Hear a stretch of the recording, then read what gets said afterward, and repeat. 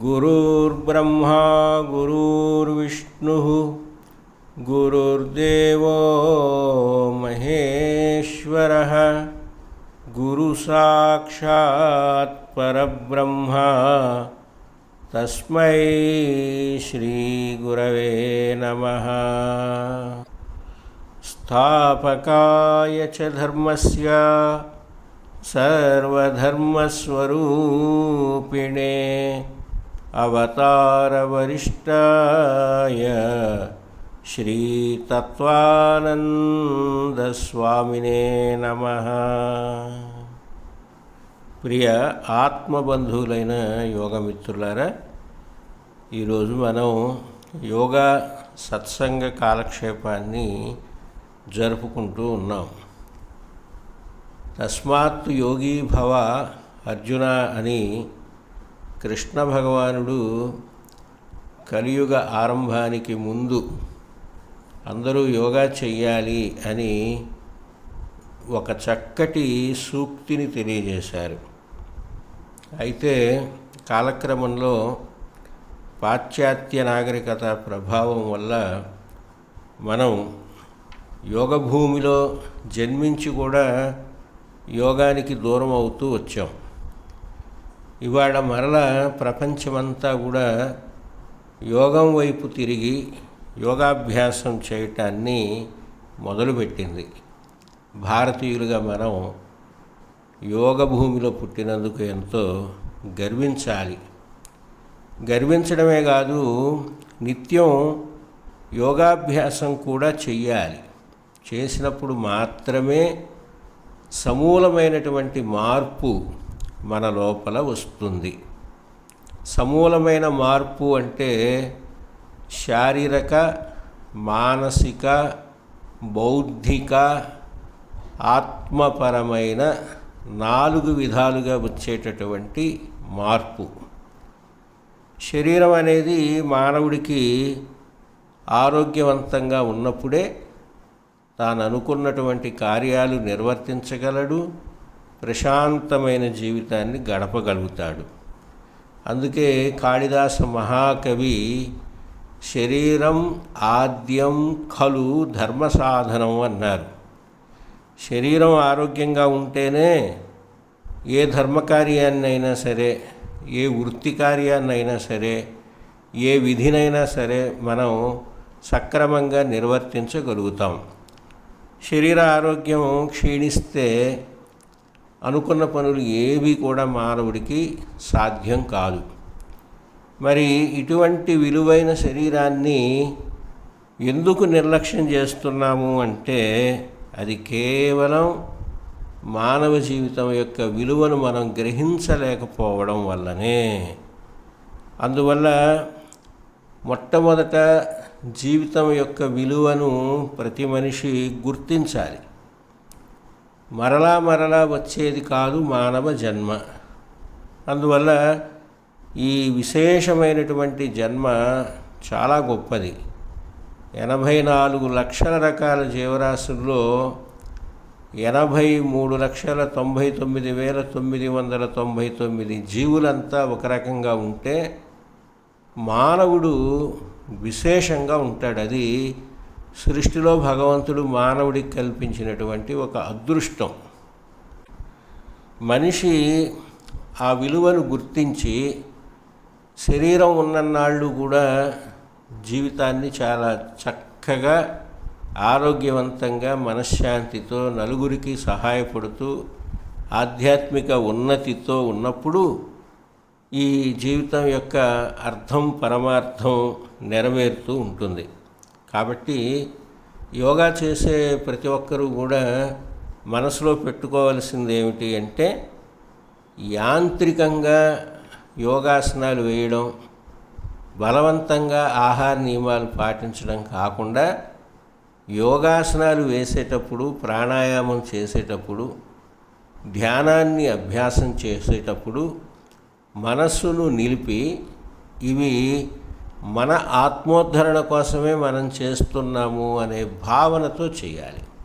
అందుకే భగవద్గీతలో కృష్ణ భగవానుడు ఏమన్నాడంటే, శ్రేయో హి జ్ఞానమభ్యాసాత్ జ్ఞానాత్ ధ్యానం విశిష్యతే ధ్యానాత్ కర్మఫలత్యాగః త్యాగాత్ శాంతిరనంతరం.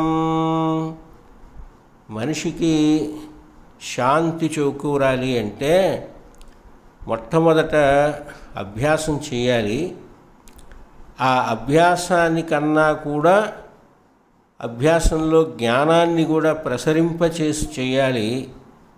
కేవల జ్ఞానం కాకుండా ధ్యాన నిమగ్నులై చేయాలి. ధ్యానంతో ఆగిపోకుండా మనం చేసేటటువంటి పనుల యొక్క ఫలితాన్ని స్వార్థబుద్ధితో కాకుండా సమాజహితంగా చెయ్యాలి. అప్పుడే మనశ్శాంతి మనిషికి కలుగుతుంది అని చెప్పారు. సాధారణంగా మనం చాలా పనులు ప్రపంచంలో బాధ్యతగా ఇష్టంగా చెయ్యం. చాలా బాధ్యతారహితంగా కష్టంగా చేస్తూ ఉంటాం, యాంత్రికంగా చేస్తూ ఉంటాం. మన ఇళ్లల్లో కానీ అలాగే శుభకార్యాల్లో కానీ సత్యనారాయణ స్వామి వారి వ్రతాలు జరుగుతూ ఉంటాయి. పంతులు గారు వ్రతం చేయిస్తూ ఉంటారు, వ్రత కథలను చెప్తూ ఉంటారు.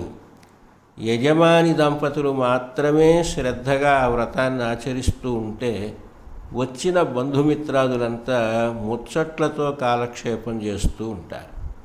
అంటే భగవద్భక్తిలో కూడా శ్రద్ధ అనేది లేదు. శ్రద్ధ లేకపోవడమే కాకుండా సత్యనారాయణ స్వామి యొక్క కథలో ఏమున్నది అంటే మనం స్వామివారి వ్రతాన్ని శ్రద్ధగా నిర్వర్తించి భక్తితో ప్రసాదాన్ని స్వీకరించి ఏదైనా మొక్కుబడి పెట్టుకుంటే విస్మరించకుండా తీర్చుకోవడం ద్వారా భగవద్ అనుగ్రహం కలుగుతుంది అని చెప్పారు. ఆ విషయాన్నే మనం మర్చిపోయి యథాలాపంగా యాంత్రికంగా పూజలు ఆచరిస్తే కలగవలసినటువంటి ఫలితం కలగదు. అట్లాగే యోగాభ్యాసాన్ని కూడా యాంత్రికంగా చేయకూడదు, ఇష్టంగా చేయాలి, శ్రద్ధతో చేయాలి. అప్పుడు మాత్రమే మనిషి యొక్క పరివర్తన అనేది సాధ్యమవుతుంది. పరివర్తన వచ్చినప్పుడు మనలో మార్పుని మనమే గుర్తించగలుగుతాం. ఎలాగా అంటే మనం ఆరోగ్యంగా ఉన్నామా లేదా, మన మనస్సు శాంత స్థితిలో ఉందా లేదా, మనం ఆత్మోన్నతి వైపు ప్రయాణం చేస్తున్నామా లేదా అని గ్రహించడానికి మనం 6 ప్రశ్నలు వేసుకోవాలి. ఆరోగ్యాన్ని పరీక్షించే 6 ప్రశ్నలు. 1, నిద్ర సక్రమంగా ఉన్నదా లేదా, 6-7 గంటలు ప్రశాంతంగా, అందులో 3-4 గంటలు గాఢంగా మనకి నిద్ర పడుతుందా లేదా. 2వది, కాల్యకృత్యాలు విసర్జన క్రియలు సక్రమంగా జరుగుతున్నాయా లేదా, సకాలానికి ఆకలి వేస్తుందా లేదా. ఇవి ప్రధానమైనవి. ఇక ఆసన ప్రాణాయామాలు చేస్తూ ఉండడం వల్ల శరీర సౌష్ఠవం కూడా వస్తుంది. అంటే పొట్ట నడుము కన్నా ఛాతి బాగా విశాలంగా ఉండాలి. ఇవి కాక మనం నిర్వర్తించే కార్యాన్ని మనం ఉత్సాహంగా చేస్తున్నామా లేదా, నలుగురికి మంచి చేయగలిగే విశాల మనస్తత్వం మనకి ఉన్నదా లేదా. ఈ 6 ప్రశ్నలకి సరైన సమాధానం మనకి దొరికితే ఎలాంటి పరీక్షలు లేకుండానే మనం ఆరోగ్యంగా ఉన్నాము అనేది మనకి నిర్ధారణ అవుతుంది.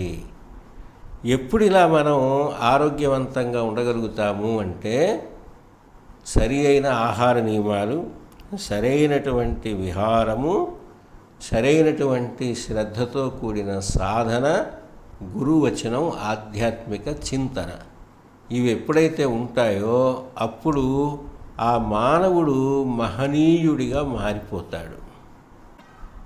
మనిషి మనీషిగా మహనీయుడిగా మారాలి అంటే మానసిక పరివర్తన అనేది ఎంతో అవసరం. మానసిక పరివర్తన పొందినప్పుడు మన మేధాశక్తి సమాజహితంగా మారుతుంది. అందుకే కలౌ సంఘే శక్తి అన్నారు. ఈ కలియుగంలో శక్తి ఎక్కడ ఉంటుందట అంటే సంఘంలోనే ఉంటుంది. మనం కాళిదాస మహాకవి గురించిన ఒక ఐతిహ్యాన్ని తెలుసుకుంటే మనిషి యొక్క పరివర్తన యొక్క సత్ఫలితం ఎలా ఉంటుంది అనేది గ్రహించడానికి వీలవుతుంది.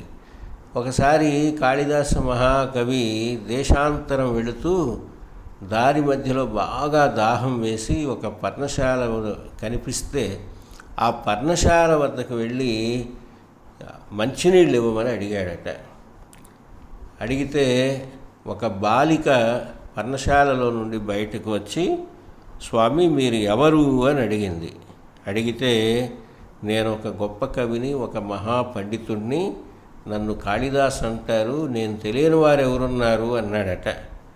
అంటే ఆ బాలిక అన్నదట, అయ్యా నాకు లోకంలో బలమైనటువంటి స్థితులు రెండే తెలుసు గొప్పవి.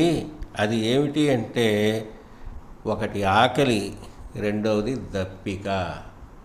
ఆకలికి దప్పికకి ఎవరు ఓర్చుకోలేరు. కాబట్టి బలమైనటువంటి వ్యక్తులంటే ఆకలి దప్పిక అని నేను అనుకుంటున్నాను. మీరెవరో పండితులు అంటున్నారు, మహాకవులు అంటున్నారు. అయ్యా నాకు మీరెవరో తెలీదు. మీరు తెలిసిన మనిషి అయితే నేను ఈ దాహాన్ని తీరుస్తాను అంటుంది. ఆ తర్వాత ఆ కాళిదాసు, నేను దేశాంతరం వెళుతున్నాను కాబట్టి అమ్మా నేను ఒక బాటసారిని, ఈ పరిచయం అయినా నీకు చాలా అని అంటే ఆ బాలిక అన్నదట, నాకు తెలిసిన బాటసారులు ఇద్దరే ఉన్నారు స్వామి. వారు ఆకాశంలో గమనం చేస్తూ కనపడేటటువంటి సూర్యచంద్రులు. వారు నిరంతర బాటసారులు. మరి మీరు బాటసారి అంటున్నారు, నాకు మీ గురించి తెలీదే అన్నది. ఆ తర్వాత ఆ పర్ణశాలలో నుంచి ఒక వృద్ధురాలు బయటకు వచ్చింది.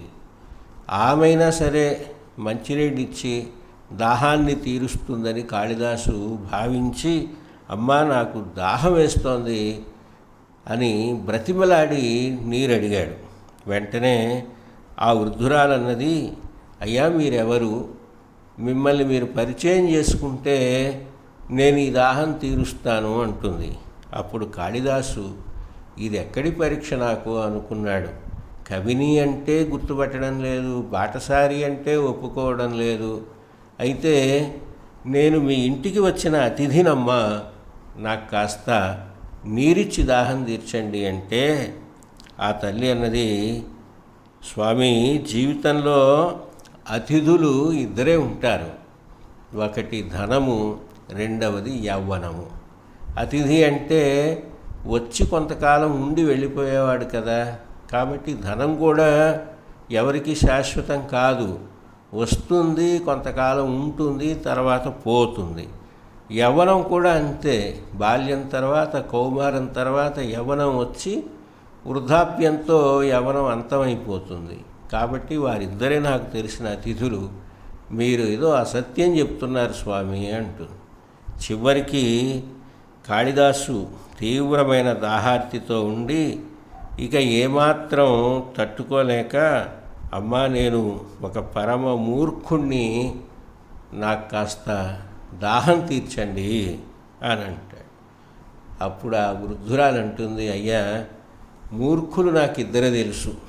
ఒకరు వంశపారంపర్యంగా వచ్చినటువంటి అధికారంతో ఏ జ్ఞానం ఉన్నా లేకపోయినా పరిపాలన చేసే రాజు ఒకడైతే, అలాంటి రాజుని పొగుడుతూ పబ్బం గడుపుకునేటటువంటి పండితులు, కవులు, వారే మూర్ఖులు నాకు తెలిసి అని అనగానే అప్పుడు కాళిదాసుకి జ్ఞానోదయం కలుగుతోంది. ఇంతకాలం తాను ప్రభువుల దగ్గర పొగుడుతూ చెప్పిన కవిత్వమే చాలా గొప్పది అనుకున్నాడు. కాబట్టి అలా గొప్ప పండితుణ్ణి నేను అనుకున్నాడు. కానీ దాహం తీర్చుకోవడానికి తన పాండిత్యం ఇక్కడ పనికిరాలేదు అని గ్రహించి ఆ వృద్ధురాలి యొక్క పాదాల మీద పడి నమస్కారం పెట్టి తన పాండిత్యం సమాజహితంగా మారాలి అని గ్రహించుకుని ఆవిడకు పరిపూర్ణంగా నమస్కారం పెట్టగానే ఆ వృద్ధురాలు శ్రీ సరస్వతీ మాతగా కటాక్షాన్నిచ్చి కాళిదాసుని అనుగ్రహించి కవిత్వం లోక కళ్యాణం కోసం ఉండాలి, పాండిత్యం అనేది అహంకారం కోసం కాదు నాయనా అని చెప్తోంది. కాబట్టి మహాత్ములైనటువంటి వ్యక్తుల్ని మనం గమనిస్తే మనం ఏ స్థితికి చేరుకున్నప్పటికీ మనలో వినయము విధేయత ఉన్నప్పుడు మాత్రమే మనకున్నటువంటి ప్రతిభకు రాణింపు గౌరవం అనేది లభిస్తుంది. అందుచేత మానవ సమాజంలో మనిషి ఎప్పుడు కూడా గర్వానికి లోను కాకూడదు. శ్రద్ధావంతుడై జీవితాన్ని గడపాలి, విధేయతతో గడపాలి. అప్పుడు ఆనందప్రదమైన జీవితాన్ని మనిషి గడపడానికి అవకాశం ఉంటుంది.